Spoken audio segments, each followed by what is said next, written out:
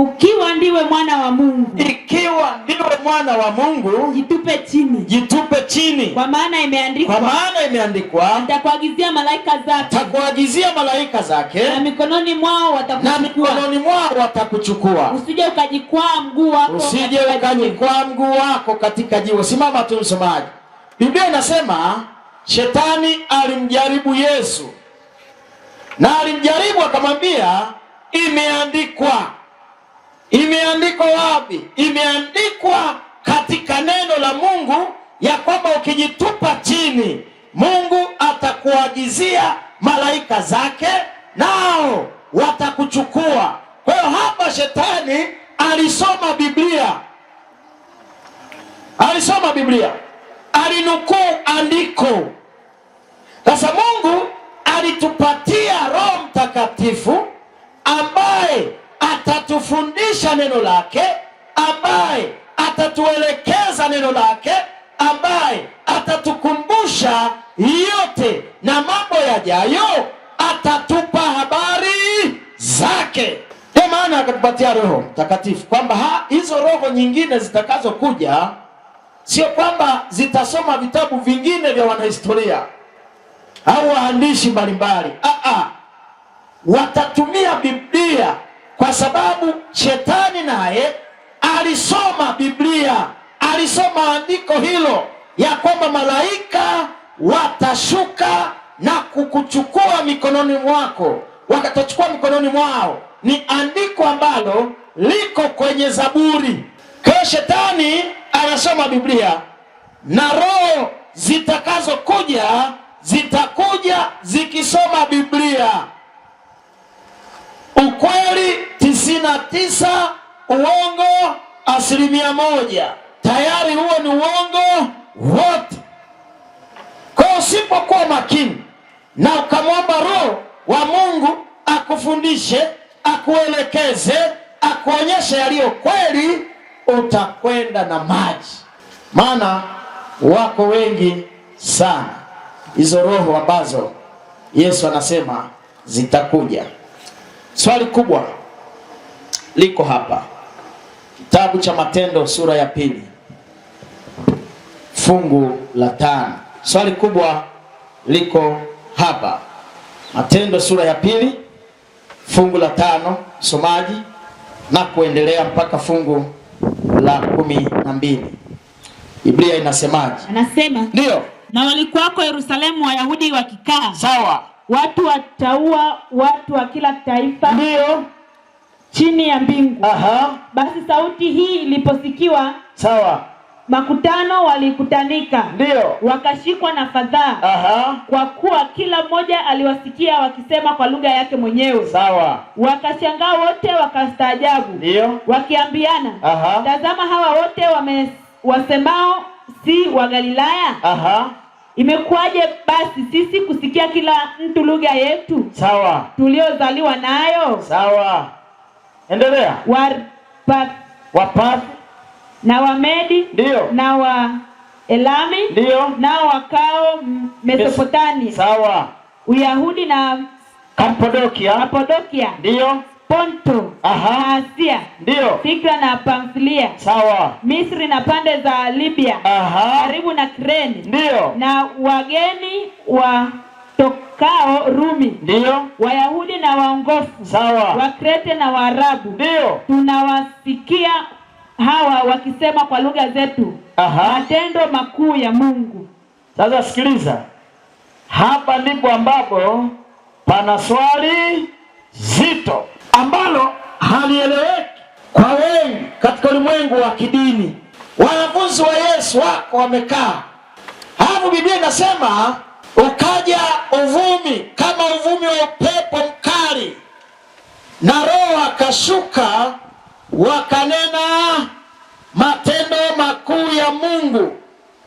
Wale ambao waliokuwepo, watu kutoka Uarabuni, watu kutoka Asia, wakasikia kwa lugha walizozaliwa nazo matendo makuu ya Mungu.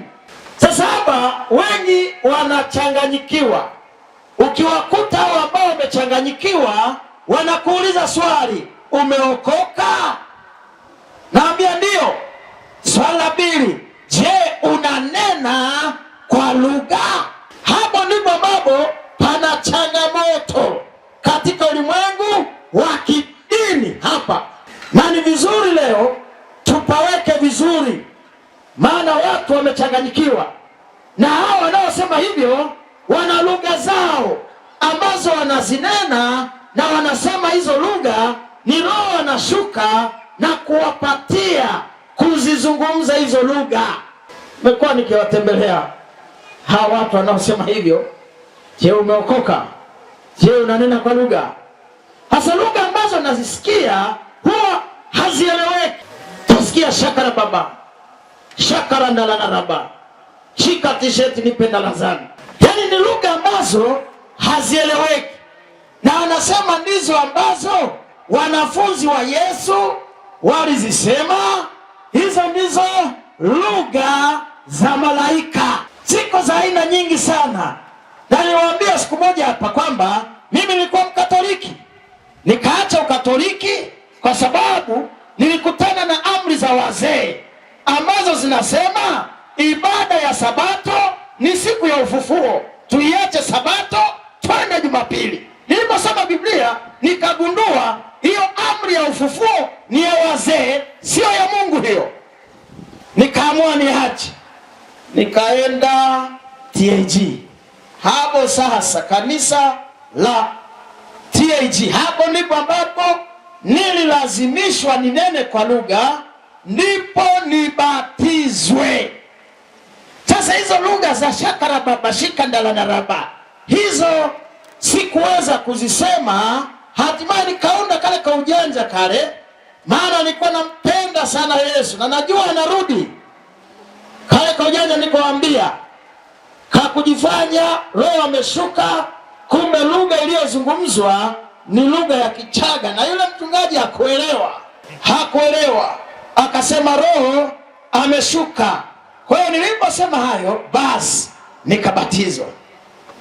Sasa wapendwa marafiki zangu, ajabu iliyopo, ukienda Kenya wanaanza shakara baba, ukija Tanzania shakara baba, ukienda Marekani shakara baba. Hiyo shakara baba imetoka wapi? Kwa sababu akianza mmoja shakara baba, akianza nabii, huku amekamata mzee wa kanisa kwenye ile kona ya pili, mwingine yuko chini ya kiti anagaragara, mwingine ameshika paa, akianza shakara baba, na mzee huko naye anaitikia shokori ya ndalana raba, kura naye anaitikia shika shokori ya saibaba. Sasa nikanajiuliza, haya mambo yanakuaje?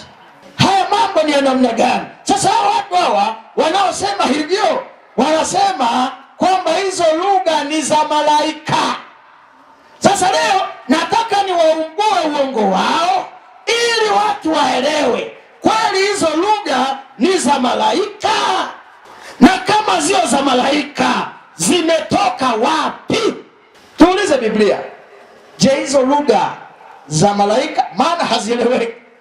Ukipita kwa watu ambao wanazungumza hizo lugha wakiwa wawili kwenye jengo la ibada, utazani wako 50, kumbe ni wawili.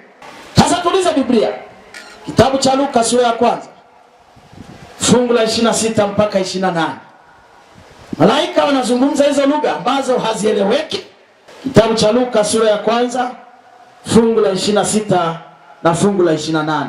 Biblia inasemaje msomaji? Mwezi wa 6 malaika Gabrieli, mwezi wa 6 malaika Gabrieli alitumwa na Mungu kwenda mpaka mji wa Galilaya. Alitumwa na Mungu mpaka mji wa Galilaya. Jina lake Nazareti. Jina lake Nazareti. Kwa mwanamwali bikra. Kwa mwanamwali bikra aliyekuwa ameposwa na mtu jina lake Yusufu. Jina lake Yusufu wa mbari ya Daudi. Sawa. Na jina lake bikra huyo ni Mariamu. Akaingia nyumbani kwake. Yule malaika akaingia nyumbani kwake kwa Mariamu.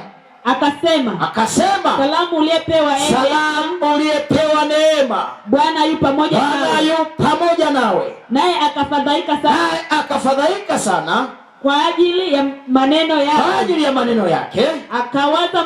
Akawaza moyoni. Salamu hii nini maana yake? Salamu hii ni ya namna gani? Malaika akamwambia. Malaika Gabrieli akamwambia Mariamu, usiogope Mariamu, kwa maana umepata neema kwa Mungu. Sasa sikiliza, Biblia inasema Malaika Gabrieli alipokuja kwa Mariamu kuleta habari njema, alizungumza na Mariamu.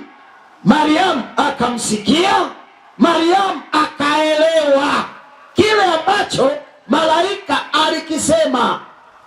Sasa leo wanaosema hizi lugha ni za malaika, mbona hazieleweki? Maana malaika alipokuja kwa Mariamu alizungumza na Mariamu, Mariamu akaelewa kile ambacho malaika alikisema, akaelewa. Sasa kama hazijatoka kwa malaika na kwa Roho Mtakatifu, hizi lugha ambazo zinanenwa leo, ambazo hazieleweki, zimetoka wapi? Nataka uelewe kwamba hizi lugha ambazo zinazozungumzwa leo kwenye majengo ya ibada, kama hazijatoka kwa malaika na kama hazijatoka kwa Roho Mtakatifu, zimetoka wapi? Sikiliza kwa makini. Na tatu inasema, ndio, nikaona roho tatu chafu. Yohana anasema akaona roho tatu chafu zilizofanana na vyura. Hizi roho zimefanana na vyura, zikitoka katika kinywa cha yule joka. Moja zinatoka kwenye kinywa cha joka ambaye tulijifunza kwamba ni Shetani. Hizi roho zinatoka kwa Shetani, ndio, na katika kinywa cha yule mnyama. Na katika kinywa cha yule mnyama ambaye tutazungumza habari zake. Na katika kinywa cha yule, na katika kinywa cha yule nabii wa uongo ambaye tutasema habari zao. Hizo ndizo roho za mashetani. Hizo ndizo roho za mashetani, ndio, zifanyazo ishara zitokazo na kuwaendea wafalme wa ulimwengu huu. Sikiliza mpendwa rafiki, Biblia inasema kwamba Yohana aliona roho tatu za uchafu zilizofanana na vyura zikitoka kwenye kinywa cha Shetani mwenyewe. Sasa hapa lazima ujiulize maswali. Kwa nini Mungu alitumia chura? Kwa nini asiseme kwamba Yohana aliona roho tatu za uchafu zilizofanana na jogoo? Kwa nini? Kwa nini asiandike kwamba Yohana aliona roho tatu za uchafu zilizofanana na nzi? Kwa nini? Kuna fundisho kubwa sana hapa. Kuna fundisho kubwa. Kwanza, sifa za chura. Sifa ya kwanza, chura anaishi nchi kavu, ana uwezo wa kuishi nchi kavu. Hapo sifa ya pili, chura ana uwezo wa kuishi majini. Sifa ya tatu, chura haeleweki. Niambia, ukimwona chura huwezi kujua kasimama, kachuchumaa, kakaa, huwezi kujua. Chura hatembei, anaruka. Hatembei, simba akiwa anaruka. Sasa Mungu alitumia mfano wa chura kwa sababu wako watu ambao wakisoma Biblia wakakutana na mstari unaosoma Sabato, anaruka, anaenda ufufuo kama chura. Yaani akisoma Biblia akakutana fungu linalosema Sabato, anaruka, anasema za Wayahudi. Akisoma Biblia akakutana na fungu linalosema ubatizo wa kweli ni wa maji mengi, anaruka, anaenda kunyunyiziwa. Chura akiwa kwenye maji, kwenye dimbwi, akiwa kwenye dimbwi la maji, wakati mwingine anaweza wakatulia kimya, lakini ukiingiza mguu mmoja kwenye kanalia. Ukiingiza wa pili, kengine kanaitikia kwa mbali. Sasa ukichanganya miguu utasikia Sasa leo ndizo ambazo unazozisikia leo. Akianza mmoja, shakala baba, anaenda wa pili, shokori ya ndala na raba, akienda wa tatu, shakari ya sai baba, zinaanza shokori ya ndala na raba. Zote hizo Mungu alitumia chura ili kutufundisha kwamba ziko roho tatu za uchafu ambazo zimetoka kwenye kinywa cha shetani mwenyewe, na zinaenda kwa wachungaji, zinaenda kwa manabii, zinaenda kwa mitume, zinaenda kwa wazee wa kanisa, zinaenda kwa waumini. Hizi roho tatu za uchafu, kwani lazima inakuhitaji uwe makini sana, maana wanatumia Biblia. Uwe makini sana, umwombe Roho wa Mungu akupe Roho Mtakatifu ambaye atakufundisha, atakuelekeza, na mambo yajayo atawapasha habari zake. Sasa swali, mchungaji, ibada hizi, maana ni makelele kila mahali, zimeanzia wapi? Hapa duniani zimeanzia wapi? Maana kila mahali kelele. Sasa hizo lugha zimetoka kwenye kinywa cha joka ambaye ni shetani. Hizi ibada hii, kitabu cha Wafalme wa Kwanza sura ya 18 lile fungu la 25 mpaka fungu la 29. Kitabu cha Wafalme wa Kwanza sura ya 18 fungu la 25 mpaka fungu la 29. Soma msomaji. Inasema, ndio, Elia akawaambia manabii wa Baali, jichagulieni ng'ombe mmoja, mkamtengeneze kwanza, maana ninyi ndio wengi, mkalitie jina la Mungu wenu, wala msitie moto chini. Wakamtoa yule ng'ombe, sawa, waliepewa, sawa, wakamtengeneza, wakalitia jina la Baali, sawa, tangu asubuhi hata adhuhuri, ndio, wakisema Baali, sawa, utusikie. Lakini hapakuwa na sauti wala aliyejibu. Endelea. Nao wakarukaruka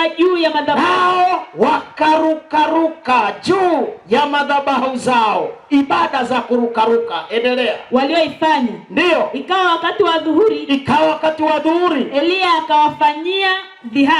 akawafanyia dhihaka, akasema, mwiteni kwa sauti kuu, mwiteni huyo Mungu wenu kwa sauti kubwa, maana ni Mungu huyo, labda anazungumza, au ana shughuli, au ana safari, ndio, au labda amelala.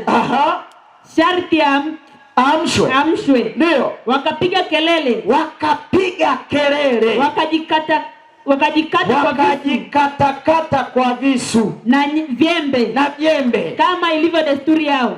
Desturi hii ya maombi haya na ibada za kurukaruka hizi, ibada hizi za makelele, Biblia inasema zilianza kwa wapagani, kwa manabii wa Baali. Maombi yao kwanza yalikuwa ya makelele, ibada zao za kurukaruka hizi zilianza kwa wapagani. Sasa zimechukuliwa, zimeingizwa ndani ya kanisa. Hizi ibada za wapagani zilikuwa kwa manabii wa Baali. Leo hii ndizo ambazo zinazoendelea. Wakati Mungu ananitafuta, siku moja nilikuwa kwenye mikutano kama hii ya kanisa hili, kabla sijawa Mwadventista Msabato. Nikawasikiliza, wakati huo niko Mlokole, nikasema hapa hamna roho hayupo hapa. Nikaenda nyumbani. Sasa nikaalikwa siku moja, nikaenda kwenye kanisa lao. Sasa karibu kanisani, nikaenda. Nilipofika kanisani, nilipokanyaga pale kanisani, nikaangalia Sasa hapa nimepotea, hamna roho hapa, kwa sababu hakuna ibada za msisimko, za kurukaruka, hazipo. Hawa watu wametulia tu hivi. Hapa kuna roho kweli hapa? Hata kaka wimbo kakipigwa, hakuna Mungu kama wewe, hata hapo kakipigwa, hakuna naye rukaruka wala unayemsikia akipokea kawimbo hako na kuanza shakara baba. Hawapo. Nasema hapa hamna roho. Nikaenda tena, nikasikiliza akiomba mzee wa kanisa, naambiwa mzee wa kanisa omba. Nasikia mzee wa kanisa naomba. Huku sisikii kiitikio. Sema baba, tamka baba. Sasa hapa kama nimepotea. Lakini nilipoendelea kujifunza, ndipo nikagundua kwamba ibada za makelele, maombi ya makelele, hizo ni ibada za wapagani. Zimeanza kwa manabii wa Baali. Sikiliza kitabu cha Danieli sura ya 3 ili utaelewa. Danieli sura ya 3 fungu la 5 na fungu la 7. Sikiliza Danieli naye anasemaje ibada hizi. Danieli sura ya 3 fungu la 5 na fungu la 7 mpaka fungu la 7. Soma. Wakati mtakaposikia sauti ya panda, na filimbi, na kinubi, na zeze, na santuri, na zomari, na namna zote za ngoma, na kuiabudu sanamu, kuanguka na kufanya ibada kwa sanamu ya dhahabu, Mfalme Nebukadneza aliyoisimamisha, na kila mtu asianguka na kuabudu atatupwa saa hiyo hiyo katika tanuru ya moto wakao. Sikiliza sasa, Biblia inasema mfalme alitengeneza sanamu. Sikiliza sasa, leo ibada hizi ambazo zilifanyika kwa wapagani, ambazo kila aina za ngoma ziliwekwa, hakuna ulevi mbaya wapendwa. Leo hii hakuna ulevi mbaya kama ulevi wa vyombo ambavyo vimepigwa bila utaratibu. Ndio maana mfalme huyu aliandaa kila aina za ngoma, zeze, santuri na aina zake zote. Maana hizi ukizipiga hata kwenye jengo la ibada, haja ambao wamekuwa wajanja sana. Wamekuwa wajanja kwa sababu wakati wa sadaka ndio ngoma na aina zote za mziki zitafunguliwa, mziki ambao haujapangiliwa. Na ukishapigwa, kwa kuwa ni ulevi, wote waliomo kanisani, wote wanalewa. Na ndio maana akiitisha utoaji wa sadaka, utatoa fedha zote ulizoenda nazo na nauli ulioibeba utaitoa sadaka. Vyombo vikizimwa, ndipo akili ikirudi unaanza kutafuta nauli kwamba mtarudije nyumbani, kwa sababu vyombo ambavyo vinapigwa bila utaratibu, vikipigwa kwenye ibada, unaweza ukavua nguo zote ukaweka kichwani. Ni ulevi mbaya sana vyombo ambavyo vimepigwa bila utaratibu. Ndio maana ngoja niwaambie, kwani mimba nyingi za wadada huwa zinapatikana wapi? Kwenye singeli. Yaani ikiwekwa singeli sehemu na nini, mnajua singeli ikipigwa sehemu, yaani zile zikipigwa, ule mziki uliochanganywa ukipigwa, unaamsha ashiki zote za mwili, zote zinasisimua mwili unahitaji kitu. Ndio maana mimba nyingi wanaoenda kwenye singeli, kule ndiko ambako wakitoka wanakuja na mimba wapi? Nyumbani. Vyombo ambavyo vimepigwa bila utaratibu ni ulevi.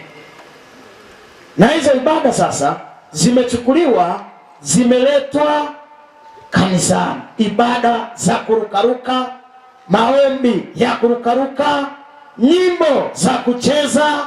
Zote hizo nitawaonyesha usiku wa leo. Zote hizo ni ibada za kipagani. Mungu hajaanzisha ibada ya namna hiyo. Ukisoma Biblia kote, hata ukienda soma mwenyewe Kutoka sura ya 32 fungu la 6. Wakati Musa ameshuka kwenye mlima wa Sinai, akakuta ibada ya ndama inaendelea. Wakanywa, wakaiba, wakacheza. Na hapa alikuwa anaabudiwa nani? Sio Mungu, ndama. Kwa popote utakapoona wapendwa, ibada za kurukaruka, maombi ya kurukaruka, nyimbo za kurukaruka, ujue kwamba sehemu hiyo hamna ibada ya kweli ya Mungu.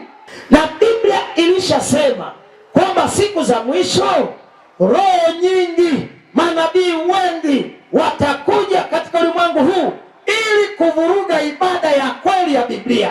Na kweli wamekuja kila mahali. Wengine wamekuja manabii, hata ukiwaangalia kanisani wanabukta.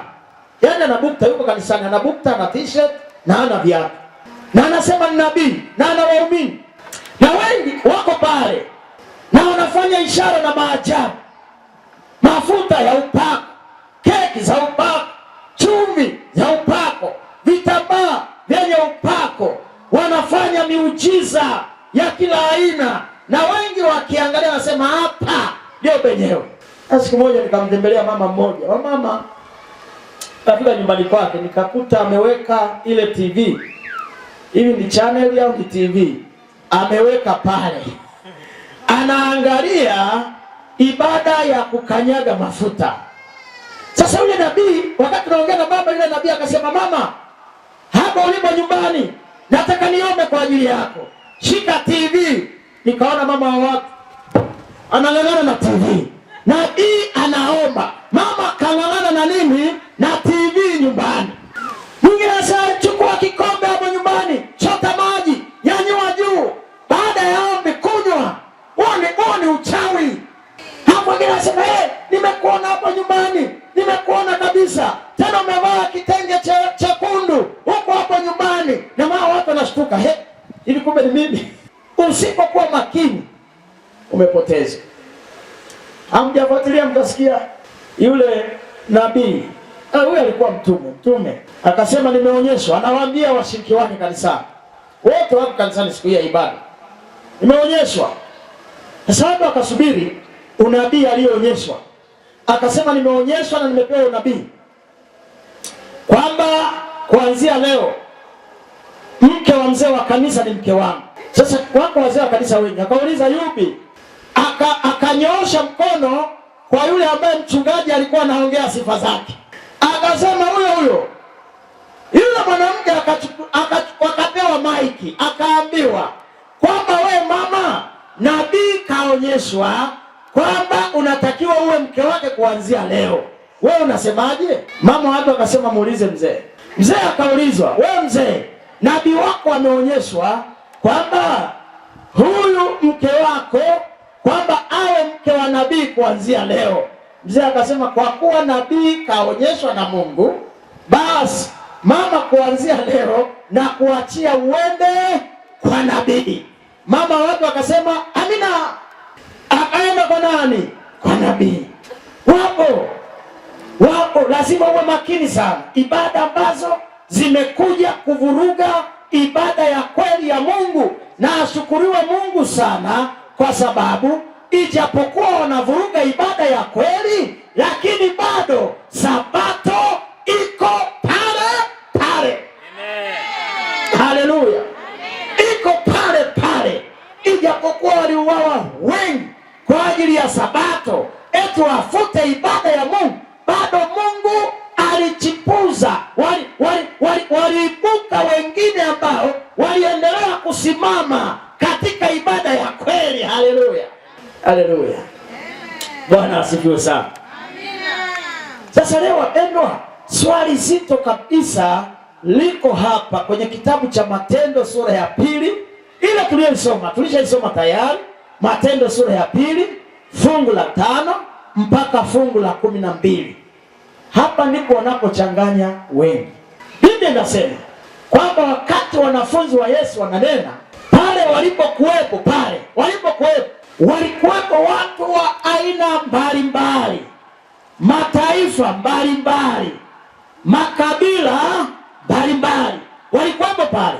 Sasa wakati wananena matendo makuu ya Mungu, Biblia inasema wote wale mataifa ambao walikuwepo pale mbalimbali, wote walisikia kwa lugha walizozaliwa nazo matendo makuu ya nani? Ya Mungu. Walisikiliza na wakaelewa. Mungu alikuwa anataka aseme nao, maana tayari Roho ameshukia wanafunzi, na wanafunzi sasa wanatakiwa wapeleke ujumbe kwa mataifa yote. Kwa hiyo Roho akashuka, akawapa nguvu, akawapa uwezo wa kusema kwa lugha zao. Walisema kwa lugha zao. Alafu waliposema kwa lugha zao, wale mataifa wakasikia kwa lugha zao. Huo ndio uweza wa Roho Mtakatifu. Haleluya! Kwa walisikia kwa lugha zao. Sasa wengi leo wanang'ang'ana sana na karama za Roho, wameacha kung'ang'ana na tunda la Roho. Leo wanapambana sana kutafuta karama za Roho, kung'ang'ana na karama ya kunena kwa lugha, lakini tunda la Roho hawana. Sasa sikiliza, hapa ndipo ambapo nahitaji niweke vizuri ili kila mtu aweze kuelewa. Msomaji, fungua kitabu cha Wakorinto wa kwanza sura ya 16 fungu la 6 mpaka fungu la 10. Anasemaje? Ila sasa ndugu, nikija kwenu. Ila sasa ndugu, Paulo anasema nikija kwenu na kunena kwa lugha. Na kunena kwa lugha. Nitawafaidia nini isipokuwa nasema nanyi kwa njia ya ufunuo. Nasema nanyi kwa njia ya ufunuo, au kwa njia ya elimu, au kwa njia ya elimu, au kwa njia ya hotuba, au kwa njia ya hotuba, au kwa njia ya fundisho, au kwa njia ya fundisho. 7. Hata vitu visivyo na uhai. Sikiliza, hata vitu ambavyo havina uhai vitoapo sauti, vinapotoa sauti, ikiwa ni filimbi, ikiwa ni kinubi, visipotoa sauti zilizo na utofauti, itatambulikanaje ni wimbo gani unaopigwa kwa filimbi au kwa kinubi? 8. Kwa maana baragumu ikitoa sauti isiyojulikana, ni nani atajifanya tayari kwa vita? 9. Vivyo hivyo na ninyi msipotoa kwa ulimi neno lililo dhahiri likaeleweka, neno lile linenwalo litajulikanaje? Maana mtakuwa mkinena hewani. Paulo anasema hata vitu ambavyo havina uhai vinapotoa sauti ambazo ziko kwenye mpangilio, zitaelewekaje? Kwa mfano, filimbi ikipigwa pasipo mpangilio, itaeleweka wimbo gani unaopigwa? Kwa mfano,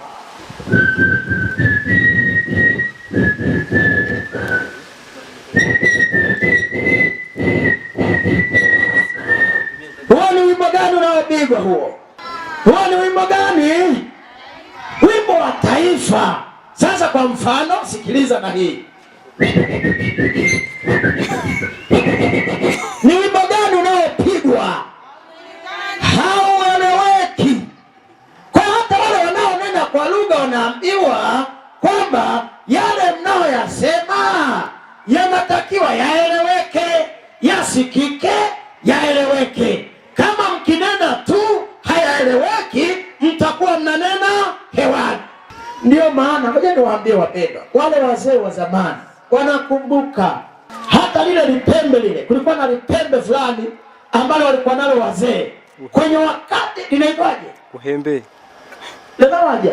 Uhembe. Kichaga bwana. Nilikuwa nimelisahau.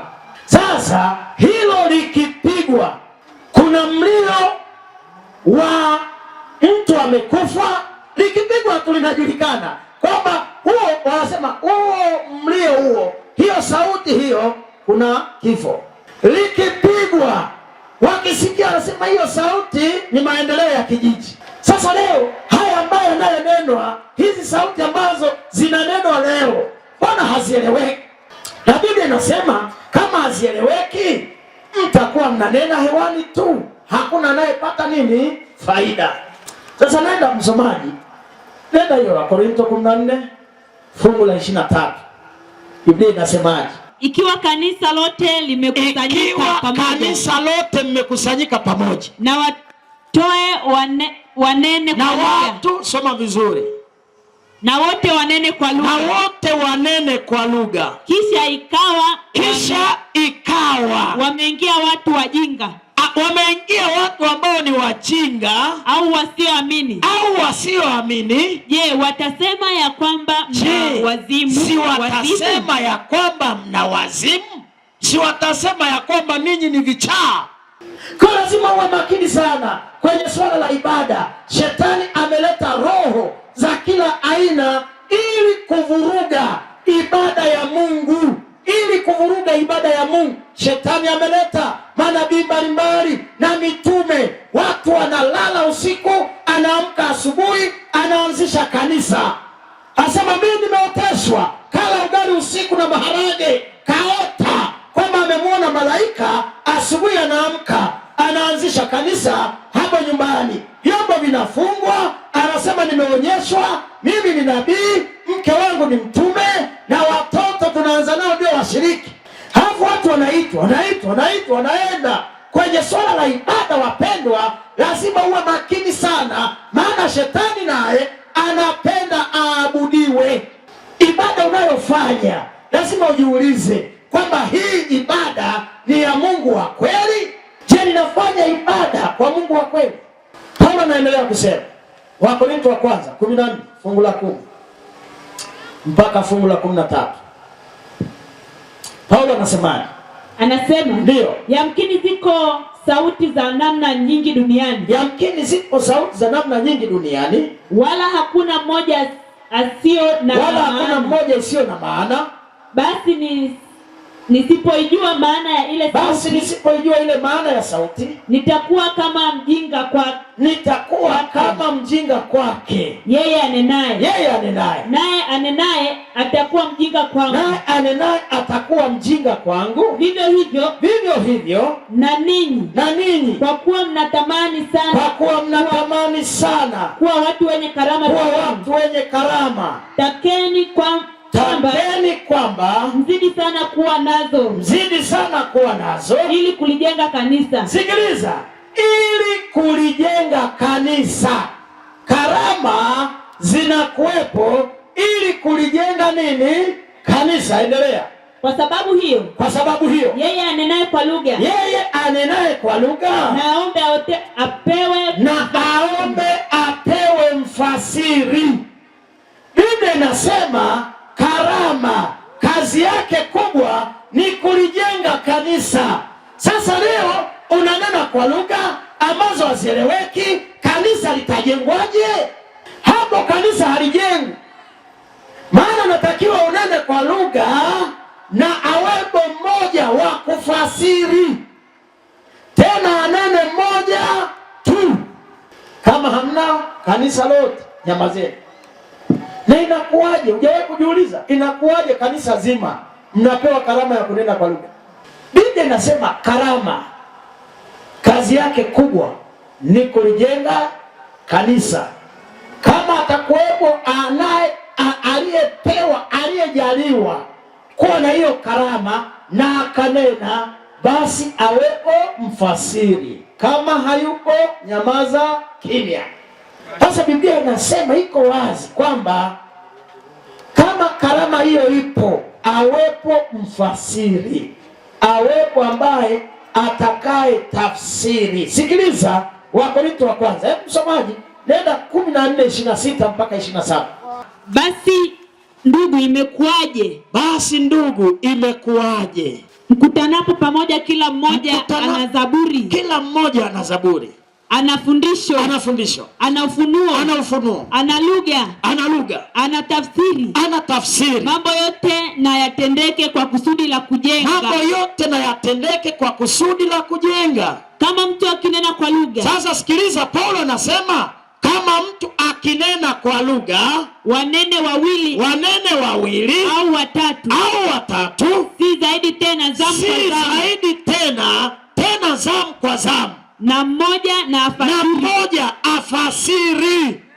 Sasa leo, mbona leo wote wananena kwa lugha? Hakuna mfasiri. Paulo anasema wanene mmoja ama wawili, si zaidi tena zamu kwa zamu, na awepo mfasiri. Sasa leo hizi lugha hizi tena hazieleweki, zimejaa kila mahali kwenye ibada mbalimbali utazisikia. Je, umeokoka? Unanena kwa lugha? Wapendwa, ninawasihi katika jina la Bwana, tafuteni ibada ya kweli ya Mungu, mwende hapo mkafanye ibada. Haleluya! Na ibada ya kweli ya Mungu ni ibada ambayo Roho yupo, malaika wapo, kuna utulivu wa Roho Mtakatifu. Haleluya! Pametulia, na utasikia ibada ikiendeshwa, maombi yakiombwa kwa utulivu, kwa nguvu ya Roho wa Bwana. Sasa kwingine unasikia makelele ya kila aina. Mikutano hii imekuja hapa ili waambie watu wakitasha, shetani anapenda aabudiwe. Ziko ibada zinafanywa kwa shetani na ibada inafanywa kwa Mungu. Lazima uitambue ya Mungu ni ipi, ya shetani ni ipi. Mungu anaelekeza vizuri. Lazima muwe makini sana wapendwa, maana Mungu anastahili ibada, lakini shetani naye anataka aabudiwe.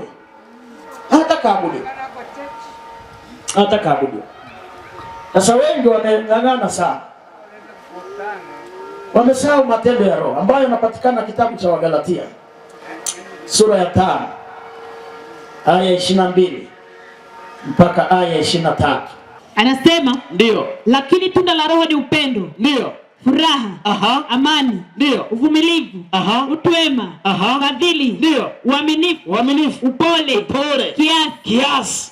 Juu ya mambo kama haya hakuna sheria. Sasa wako watu ambao wananena kwa lugha, lakini ukijaribu tena, wanasema za Roho Mtakatifu, lakini ukijaribu kutafuta matunda ya Roho Mtakatifu hayaonekani.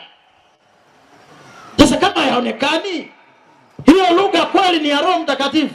Kwa hiyo swali ambalo limekuwa likijengwa hapa kwenye Matendo sura ya 2 fungu la 5 mpaka la 12, wanafunzi wa Yesu walipozungumza matendo makuu ya Mungu, wote waliokuwa wamezunguka mahali pale, na ilikuwa kusudi la Mungu, wote waliokuwa wamezunguka pale, watu wa mataifa mbalimbali, Mungu aliwajalia uwezo wa Roho Mtakatifu, wakanena matendo makuu ya Mungu, na wale waliozunguka wote wakasikiliza, wakaelewa, tena wakasema, hao watu wanasema matendo makuu ya Mungu na tunawasikia kwa lugha tulizozaliwa nazo. Walisikia na wakaelewa. Wale ambao wanazungumza lugha ambayo haieleweki, ninakusihi, nenda kasome vizuri Biblia. Isome vizuri, kaa chini, muombe Roho wa Mungu akusaidie kutafsiri Biblia. Acha kutafsiri Biblia kwa akili zako wewe mwenyewe. Iache Biblia ijieleze, usisaidie Biblia. Acha Biblia iseme kwamba wanene mmoja ama wawili, tena zamu kwa zamu. Iache iseme hivyo, na wewe uisome vizuri. Roho akuelekeze. Kwa wapendwa, lazima muelewe hilo, kwamba sasa roho za kila aina, manabii mbalimbali wamekuja duniani ili kuvuruga utaratibu wa Mungu, na wameshindwa. Ndio maana wameshindwa hata hapa leo tunahubiri. Bwana asifiwe. Yaani hiyo ni kuonyesha wameshindwa. Wameshindwa. Wakorintho wa kwanza, msomaji, soma fungu la mwisho. Wakorintho wa kwanza sura ya 14 fungu la 33. Anasemaje? Kwa maana Mungu si Mungu wa machafuko. Mungu si Mungu wa machafuko, bali wa amani. Bali ni Mungu wa amani. Haleluya. Vile vile kama ilivyo katika makanisa yote ya watakatifu. Makanisa yote ya watakatifu, ibada zao ni ibada zinazoongozwa na Mungu mwenyewe. Hazina makelele, maombi sio makelele, nyimbo sio za makelele, ni ibada. Maana Mungu ni Mungu, si Mungu wa machafuko, ni Mungu wa amani. Haleluya. Sio machafuko. Haya yanayoendelea leo, wapendwa, kila mahali inaonyesha wazi ni machafuko. Ni vizuri utambue kwamba haya ni machafuko ya ibada na hii ni ibada sahihi. Nami nakupendekezea, chagua ibada sahihi ya Mungu wa mbinguni. Bwana asifiwe. Umwabudu yeye peke yake, hata kama utatengwa na familia. Niwatie moyo, wako watu ambao wanaelewa ukweli kama huu, anaogopa eti kutengwa na mke wake, kutengwa na mume wake, kutengwa na familia, kutengwa na kanisa. Eti anaogopa kutengwa na kanisa, anauacha ukweli, anaacha ibada ya kweli. Anaogopa kutengwa na mume wake, anaacha ibada ya kweli. Nataka nikwambie, mume wako hana mbingu ya kukupeleka, wala mke wako hana mbingu ya kukupeleka, hata mchungaji wako hana mbingu. Ila Mungu anasema, Yesu anasema amekwenda kututengenezea makao. Yeye ndiye ambaye anayepaswa kuabudiwa. Haleluya. Na ukiacha ibada za machafuko ukamfuata Yesu, atakulinda.